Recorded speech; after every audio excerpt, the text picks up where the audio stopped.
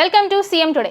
నిన్నైతే కరీంనగర్లో వచ్చేసి ఎమ్మెల్సీ ఎలక్షన్ రిజల్ట్స్ అయితే వచ్చాయి. దాంట్లో బీజేపీ విజయం సాధించింది. బీజేపీ నుంచి అంజిరెడ్డి, కాంగ్రెస్ పార్టీ నుంచి నరేందర్ రెడ్డి, అలాగే బీఎస్పీ పార్టీ నుంచి ప్రసన్న హరికృష్ణ నిలిచారు. బీజేపీ పార్టీ విజయం సాధించింది, కానీ అక్కడ ప్రజలు ఏమనుకుంటున్నారంటే ప్రసన్నదే నైతిక విజయం అని చెప్తున్నారు. అలా ఎందుకు చెప్తున్నారే అని చూస్తే, ఫస్ట్ ప్రసన్న వచ్చేసి కాంగ్రెస్ పార్టీకి ఎమ్మెల్సీగా సీట్ ఇవ్వాలని అయితే కోరారు. కానీ కాంగ్రెస్ ప్రభుత్వం అయితే ఆయనకి ఇవ్వకుండా నరేందర్ రెడ్డికి సీట్ ఇచ్చింది.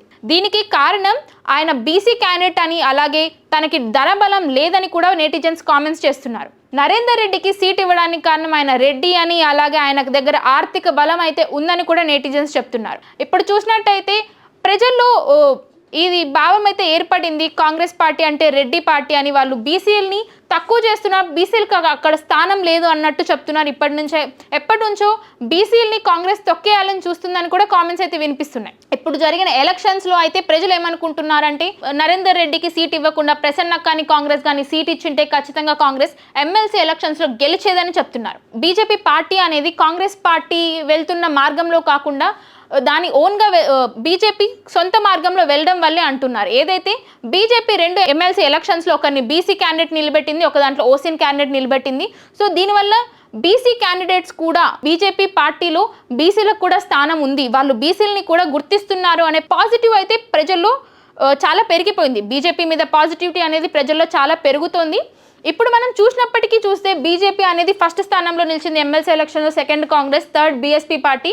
ప్రజలు ఏంటంటే ఈయన 3వ స్థానంలో నిలిచారు, ప్రసన్న అనే ఆయన 3వ స్థానంలో నిలిచారు. సో ప్రజలు ఏమనుకుంటున్నారు, ఒకవేళ కాంగ్రెస్ కానీ నరేందర్ రెడ్డికి సీట్ ఇవ్వకుండా ప్రసన్నకైతే సీట్ ఇచ్చినట్టయితే ఖచ్చితంగా కాంగ్రెస్ సపోర్ట్తో ఎవరైతే ప్రజలు కాంగ్రెస్కి మద్దతు ఇస్తున్నారో వాళ్ళు కూడా ఓట్లు వేసినట్టయితే ఖచ్చితంగా ప్రసన్న అనే ఆయన ఖచ్చితంగా ఎమ్మెల్సీ ఎలక్షన్స్లో గెలిచేవారని అయితే చెప్తున్నారు. అలాగే ఎమ్మెల్సీ ఎలక్షన్ల సమయంలో రేవంత్ రెడ్డి కూడా వచ్చి నరేందర్ రెడ్డికి అయితే సపోర్టింగ్గా ప్రచారం అయితే కూడా చేశారు. కానీ ఆయన సపోర్ట్ చేసినప్పటికీ కూడా కాంగ్రెస్ పార్టీ ఓడిపోవడం ప్రజలకు ఆశ్చర్యం అయితే కలిగిస్తుంది. అలాగే ఎలక్షన్స్ సమయంలో రేవంత్ చేసిన కొన్ని వ్యాఖ్యలు కూడా ప్రజలకి నచ్చకపోవడం వల్ల కాంగ్రెస్ కి ఓటు వేయలేదని కూడా చెప్తున్నారు. అవి ఆయన చేసిన వ్యాఖ్యలు ఏంటంటే ఎమ్మెల్సీ ఎలక్షన్ లో కాంగ్రెస్ గెలిచినా ఓడిపోయినా తనకి పెద్ద నష్టం ఉండదు అన్న వ్యాఖ్యలు అయితే చేశారు. దీనివల్ల ప్రజలకు కూడా కాంగ్రెస్ రేవంత్ రెడ్డి చేసిన వ్యాఖ్యలు కూడా వాళ్ళకి నచ్చలేదు. అలాగే నరేందర్ రెడ్డికి సీట్ దొరికినప్పటికీ ఆయన సరిగ్గా ప్రచారం చేసుకోలేకపోవడం కూడా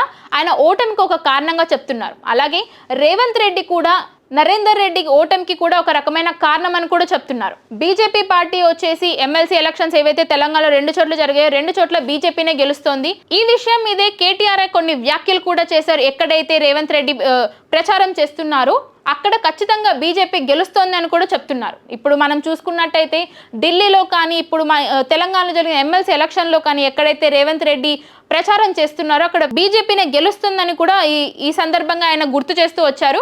ఈ ఎమ్మెల్సీ ఎలక్షన్లో ఓడిపోవడానికి ముఖ్య కారణం రేవంత్ రెడ్డి అని కూడా ప్రజలు చెప్తున్నారు. ఒకవేళ రేవంత్ రెడ్డి బీసీ క్యాండిడేట్ అయిన ప్రసన్నకి కానీ సీట్ ఇచ్చిండే ఖచ్చితంగా ఎమ్మెల్సీ ఎలక్షన్స్లో కరీంనగర్లో జరిగిన ఎమ్మెల్సీ ఎలక్షన్స్లో కాంగ్రెస్ పార్టీ గెలిచదని చెప్తున్నారు. ఏదైతే తెలంగాణలో రూలింగ్ పార్టీ కాంగ్రెస్ అయినప్పటికీ 2 చోట్లయితే ఎమ్మెల్సీ ఎలక్షన్ జరిగిన 2 చోట్ల విజయాన్ని అయితే దక్కించుకోలేకపోయింది. దీన్ని చాలా మంది విమర్శిస్తున్నారు. ఒక రూలింగ్ పార్టీలో ఉన్నప్పటికీ ఎమ్మెల్సీ సీట్లలో 2 ఒకటి కూడా కాంగ్రెస్ సొంతం చేసుకోలేకపోవడానికి కారణం రేవంత్ రెడ్డి అసమర్థత పాలనేనా అని క్వశ్చన్స్ కూడా వేస్తున్నారు. నెక్స్ట్ కార్పొరేషన్ ఎన్నికల్లో, స్థానిక ఎన్నికల్లో అయినా కాంగ్రెస్ పార్టీ అదే రేవంత్ రెడ్డి అక్కడైనా విజయం సాధించగలరా అనే ప్రశ్నలు కూడా వస్తున్నాయి.